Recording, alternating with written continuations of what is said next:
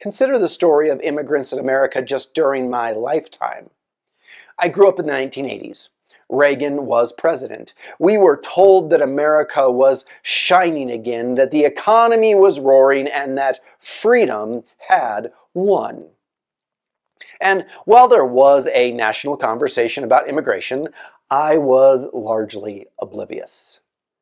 Later, I learned that while I was riding my bike around the block and watching Saturday morning cartoons, the president was signing the greatest amnesty in American history.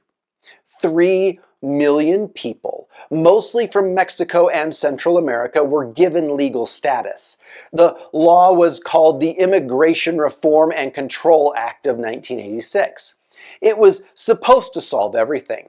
We would legalize those already here, secure the border, and fine companies that hired undocumented workers. But what I didn't know then, and what most of America still doesn't want to face, is that the tension around immigration was never simply about jobs or borders. It was about power.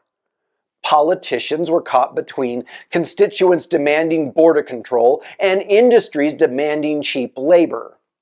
So they built a system meant to please both.